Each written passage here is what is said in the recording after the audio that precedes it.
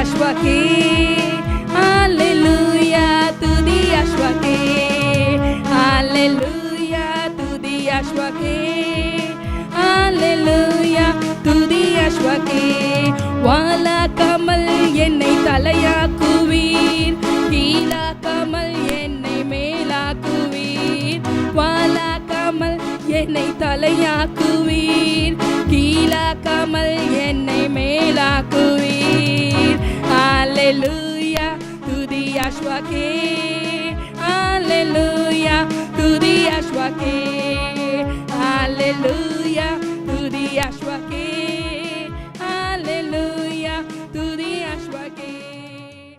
இந்த உலகத்துல நீங்க ஒண்ணும் கொண்டு வரல, கொண்டு போக போறது இல்ல. इस दुनिया में ना कुछ लाए ना कुछ ले जाओ. ஆனா இந்த உலகத்துல உயிரோட இருக்க வரைக்கும், जब तक जीवित हो पृथ्वी पर, கடைசி சொட்டு ரத்தம் இருக்க வரைக்கும், आखिरी बूंद लहू रहने तक யாஷுவா நாமத்தை சொல்லுங்க. याशुआ के नाम को बोलिए. அப்பதான் உங்களுக்கு ஆண்டவருடைய ஆசீர்வாதம். तभी परमेश्वर का आशीर्वाद है. வாசிங்க. நீங்கள் கிறிஸ்துவினுடையவர்களானால் ஆபிரகாமின் சந்ததியாராயும். நீ யாரா இருக்கிறா? आप कौन हो? ஆபிரகாமுடைய சந்ததி, अब्राहम के वंश के हो. கிறிஸ்து உடையவங்களை मसीह के जो है, ஆண்டவர் கொண்டு வந்து ஒரு சந்ததியோட இணைக்கிறார். मसीह लाकर उन्हें एक वंश के साथ जोड़ते हैं. அது யாரு? वो कौन है? ஆபிரகாம். अब्राहम है. ஆபிரகாம் விசுவாசிகளுக்கு யாரு? अब्राहम विश्वासियों का क्या है? தகப்பன். पिताजी है. தகப்பன் 8 அடி பாய்ச்சா புள்ள எத்தனை அடி? पिताजी 8 फुट कूदे तो बच्चे कितने कूदेंगे? ஆபிரகாமுடைய விசுவாசத்தை விட 8 மடங்கு அதிகமா இருக்கணும். अब्राहम के विश्वास 16 மடங்கு. 16 गुना होना चाहिए अधिक. சரிதானே? सही बात है. இருக்கா? है या? ஒரு மனுஷனை பார்த்து ஆண்டவர் சொன்னார், एक मनुष्य को देखकर परमेश्वर ने कहा, நீ விசுவாசினா तू विश्वास करे तो உன் பையன் குணமாகும். तेरा बालक चंगा होगा. அப்பதான் அவனுக்கு மண்டையில உரைச்சிச்சு. तभी उसे समझ में आया. நம்ம இவ்வளவு நேரம் கூப்பிட்டது வச்சதெல்லாம், हम इतने समय जो पुकारे चिल्लाए, எவ்வளவு ஜெபம் பண்ணோம், कितना प्रार्थना किए, எவ்வளவு ஆண்டவர் தேடணும், कितना परमेश्वर को ढूंढे, ஒன்னும் பிரயோஜனம் இல்லையே. कुछ फायदा नहीं. அப்பதான் அவன் மனசுல பட்ட உடனே तभी उसके मन में लगते ही அழுதான், ஆண்டவரே वो रोया, प्रभु जी நான் விசுவாசிக்கிறேன், मैं विश्वास करता हूँ, என் விசுவாசத்துல குறைவு இருந்துச்சுன்னா मेरे विश्वास में कमी है तो அதை நிவர்த்தி பண்ணிடுதா. उसे पक्का करिए. ஒரு வார்த்தை சொன்னா, एक शब्द कहा, ஆண்டவர் சொன்னார், பிரசாத பத்தி நீ அவங்க கூட போவாது. अभी परमेश्वर ने कहा तू उसके बाद आगे से चलना मई, ஓடு இந்த இடத்த விட்டு ஓட விட்டுட்டார். इस जगह को छोड़कर भाग जा. அதோட அந்த பையன் குணமாயிட்டான். तब ये बच्चा चंगा हो गया. விசுவாசம், विश्वास, faith is coming by विश्वास कहाँ से आता है? hearing the सुनने से. word of God. परमेश्वर के वचन सुनने से. எதுக்கு நம்ம வார்த்தைக்கு முக்கியத்துவம் கொடுக்கிறோம்? किसे हम मुख्यता देते हैं? எதுக்காக தான்? इसे believe the word, पर वचन को विश्वास करें, adore the word of God, उस आप सम्मान करें उसे, stick with the word of उस God, वचन के साथ चिपक जाइए, do it accordingly. उस वचन के अनुसार करिए. God will hear your prayer. परमेश्वर आपके प्रार्थना को Your उत्तर देंगे. prayers will not be wasted at any time. आपका प्रार्थना कभी व्यर्थ में नहीं For जाएगा. each and every bit of the word from your mouth, हर एक शब्द जो आपके मुंह से निकलता है it will be fulfilled by God. वो परमेश्वर द्वारा पूरा होगा. He is the same yesterday, today and forever. वो कल, आज और युगानुगान एक समान है. நம்ம ஆண்டவர் தான். हमारा परमेश्वर है. வாசி. நீங்கள் கிறிஸ்துவினுடையவர்களானால். நீங்கள் கிறிஸ்துவுடையவர்களானால். ஆபிரகாமின் சந்ததியாராயும். கிறிஸ்துவுடையவர்கள்னா எப்படி? मसीह के हो मतलब कैसे हो? இப்ப நம்ம பார்த்தோம், अभी हमने देखा கிறிஸ்துவுக்குள் ஞானஸ்நானம் பெற்றுக்கொண்டவர்கள் எத்தனை பேரோ, जितनों ने मसीह में बपतिस्मा लिया है அத்தனை பேரும் वे सभी கிறிஸ்துவை परमेश्वर को தரித்துக் கொண்டீர்களே. पहन लिया है. அவரும் அதான் விரும்புறாரு. परमेश्वर भी वही चाहते हैं. ரோமர் 8:9 சொல்லுது, रोमियो का 8वां अध्याय 9वां वचन कहता है, தேவனுடைய ஆவி உங்களில் வாசமாய் இருந்தால். தேவனுடைய ஆவி உங்களில் வாசமாய் இருந்தால் நீங்கள் மாம்சத்துக்குட்பட்டவர்களாய் இராமல் ஆவிக்குட்பட்டவர்களாய் இருப்பீர்கள். கிறிஸ்துவின் ஆவி இல்லாதவன் அவருடையவன் அல்ல. நீ கிறிஸ்தவனே இல்ல. तू मसीह का ही नहीं. கிறிஸ்துவுடைய ஆவி உனக்குள்ள இருக்கா? मसीह का आत्मा तुझ में है क्या? ஸ்டெப் பை ஸ்டெப்பா உங்களை செக் பண்ணுங்க. हर एक पद में अपने आप को परखिए. நான் மற்றவங்களை செக் பண்ணிட்டு சொல்லவே மாட்டேன். मैं दूसरों को जांचने के लिए कभी नहीं कहूंगा. எப்ப பாத்து எனக்கு உடம்பு சரியில்லாம வந்துட்டுனாக்கி, कभी मैं तबियत खराब होता है मेरा तो இப்போ உடம்பு சரியில்லாம வந்திருக்கும் போது ஜனங்கள் சொல்ல போனா அதிகமா ஜெபம் பண்ணாங்க. मैं जब बीमार था लोगों ने बहुत प्रार्थना की. நான் என் 2 காலும் போயிரும்னு நினைச்சேன். मैं सोचा मेरा दोनों पैर काम नहीं करेगा. அவ்வளவு ஜுரம், उतना बुखार. அந்த ஜுரத்துல उस बुखार में ஹாஸ்பிடல் நின்னுட்டு இருக்கிறேன். हॉस्पिटल में मैं हूँ. ஏதோ ஒரு பவர் ஒரு சுத்தி பாருங்க एक कोई तो एक ताकत आकर मुझे घुमा दिया, உடம்புல பாஸ் ஆகி போச்சுது. उस शरीर में पास होकर गया। அப்புறம் நான் நினைச்சேன் இன்னைக்கு நம்ம அவுட். तभी मैं सोच लिया कि मैं आज खत्म हो जाऊंगा। இவ்வளவு நாள் தான் ஆண்டவர் வச்சிருக்காரு, इतना दिन परमेश्वर ने रखा है, இனி நடக்க முடியாது அப்படின்னு நினைச்சேன். आगे मैं चल नहीं पाऊंगा, ஆனா ஆண்டவர் அந்த அடுத்த நிமிஷத்திலே நடக்க வச்சார். लेकिन अगले क्षण परमेश्वर ने खड़ा किया। ஹல்லேலூயா. हालेलुया।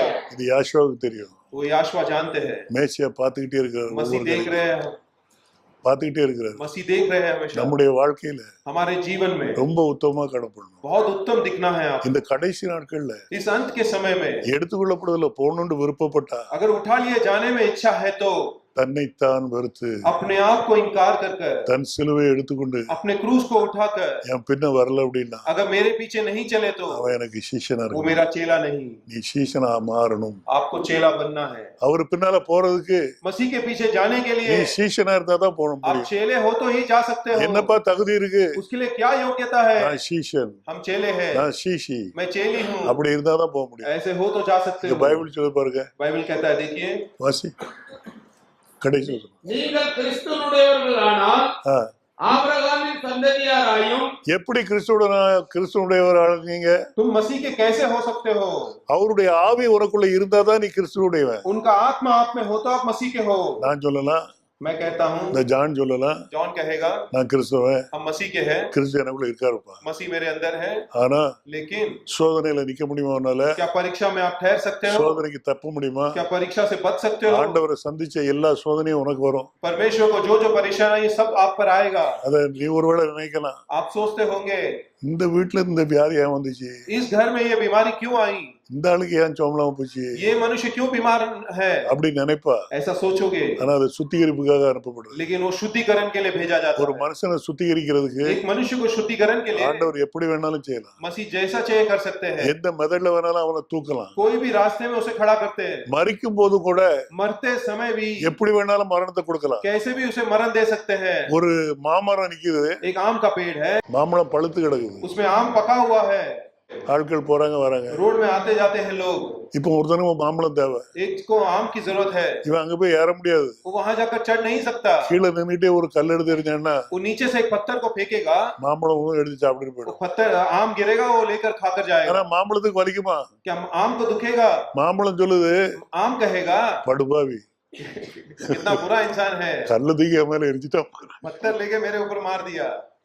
இந்த ஓனர் இருந்தா உட்கார்ந்துருக்கான், ये इसका अधिकारी यहाँ पर है, அவன்கிட்ட கேட்டா அவன் பழம் கொடுக்க மாட்டானா? क्या उससे पूछता तो वो फल नहीं देता? அப்படி சொல்லலாம். ऐसा कहेगा आम। ஆனா அது இல்ல ஆண்டவருடைய பாதை. लेकिन परमेश्वर का रास्ता ऐसा नहीं। ஆண்டவர் அதை கல்ல தூக்கி தான் எரியணும்னு வச்சிருக்காரு. अगर परमेश्वर ने पत्थर लेकर मारना ही कहा है तो கல்ல தூக்கி தான் எறிவான். पत्थर लेकर ही मारेगा।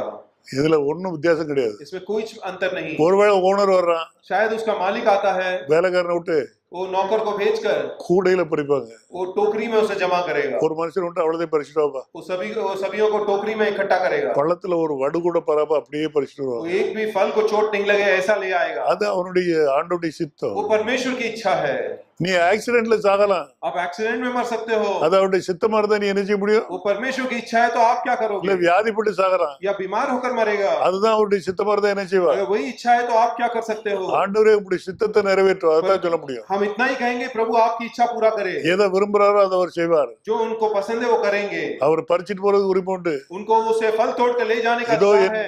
எனது இது இடது பக்கமா வராரு, वो मेरे बगल से जाते हैं, ஆனால் நான் அவரை பார்க்க முடியல. लेकिन मैं उन्हें देख नहीं पाया। இந்த பக்கத்துல இப்படி போறாருப்பா. वो इस ओर से जाते हैं, அவர் பறித்து கொண்டு போகிறார். वो उसे उखाड़ कर ले जा रहे हैं। யோபு சொல்லுதா இல்லையா? अय्यूब कहता है या नहीं? 9 அதிகாரத்தான 9वां वचन में அவர் பறித்து கொண்டு போகிறார். मसीह उसे तोड़ कर ले जा रहे हैं। அவரை தடுப்பவன் யார்? उन्हें रोकने वाला कौन है? இன்னைக்கு ப்ராஃபிட் வந்து இந்த கடந்த காலத்துல ஆக்சிடென்ட்ல தான் செத்தாரு. भविष्यवक्ता जो है पिछले समय में एक्सीडेंट में गुजर गए। அதுக்கு அர்த்தம் என்ன? அவர் பாவியா? क्या उनका मतलब वो पापी है?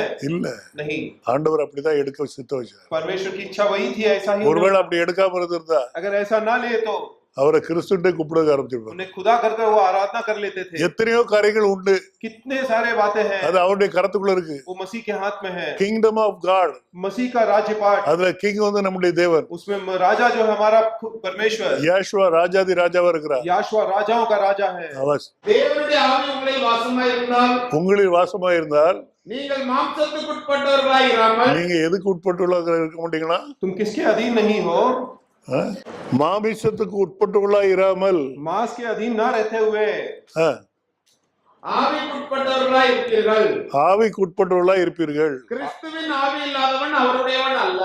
ஒருத்தன் தன்னை பற்றி கிறிஸ்தவன் சொல்றான்னா एक अपने आप को मसीहत का कहता है तो அவன் மாமிசத்துக்கு உட்பட்டவனா இருக்க கூடாதுப்பா. वो मांस में नहीं होना चाहिए। திரும்பவும் நான் சொல்றேன், दोबारा कहता हूँ, உங்க வாழ்க்கையில அந்த முன்னேற்றம் வரல அப்படின்னா आपके जीवन में ये प्रगति नहीं आई तो ஆண்டுடைய சமுத்திரமே முழங்கால் போட்டு அழுங்க. परमेश्वर के चरणों में जाकर आंसू बहाकर रोइए। உங்களுக்குள்ள தாழ்மை எப்படி வருதுங்கிறத वो பாருங்க. नम्रता कैसे आता है देखिए। நான் முன்னாடி ஒரு சின்ன கதை ஒன்று சொல்லுவேன். एक कहानी मैंने पहले बताया था। அதாவது பாந்திராவில் ஒரு மீட்டிங் அட்டன் பண்ணேன். बांद्रा में एक मीटिंग अटेंड किए थे। சில ஃபாரினர்ஸ் வந்திருந்தாங்க. कुछ विदेशी लोग आए थे। அவங்க மீட்டிங்ல கேட்டுட்டே இருந்தேன். वो मीटिंग सुन रहा था मैं। அப்ப அவர் சொன்ன அந்த எக்ஸாம்பிள், उन्होंने एक उदाहरण बताया था, பரிசுத்தாவி வேணுமா?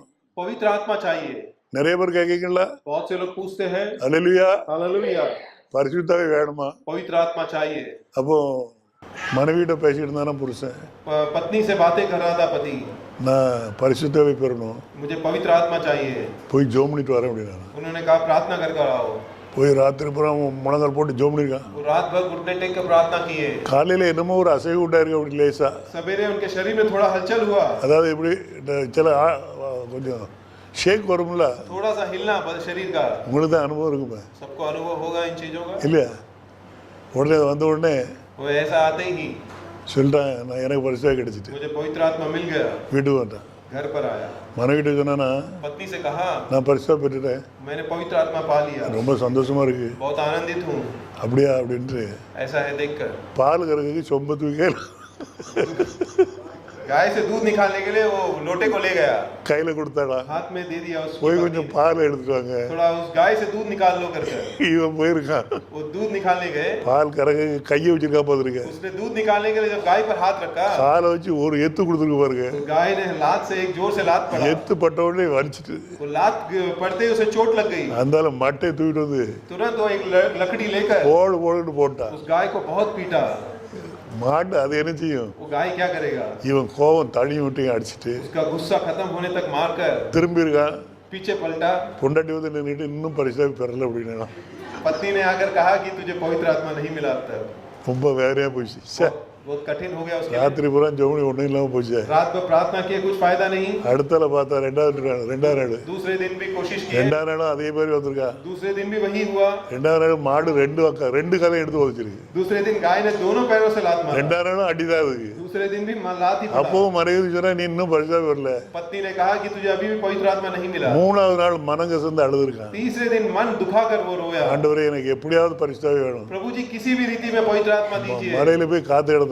वो पहाड़ पे इंतजार किया। காலையில அவனுக்கு ஒரு நிறைவு உண்டாயிருக்கு. सवेरे उसे वो भरपूरी हुई, பரிசுத்தாவினால் அபிஷேகம் பண்ணப்பட்டிருக்கான். पवित्र आत्मा से आशीष मिला। இறங்கி வந்து காலையில பால் கறந்தாரான். वो आकर उसने गाय को दूध निकालने गया। அந்த மாடு சும்மா இருக்குமா? क्या वो गाय ऐसे ही रहेगा? முன் செய்ததே பின்னும் செய்தது. जो पहले किया था वो दोबारा करेगा गाय। திரும்பவும் எட்டிட்டு உதச்சிருக்கு. दोबारा उस गाय ने लात मारा। இந்த ட்ரிப்பு மூஞ்சில உதச்சிட்டு इस समय मुंह पर लात पड़ा। அடிபட்ட உடனே मार पड़ते ही அந்த வேதனையை தாங்கிட்டு उस दुख को उसने झेल कर மாட்டை தடவி கொடுத்தார். उस गाय पर हाथ सहलाया।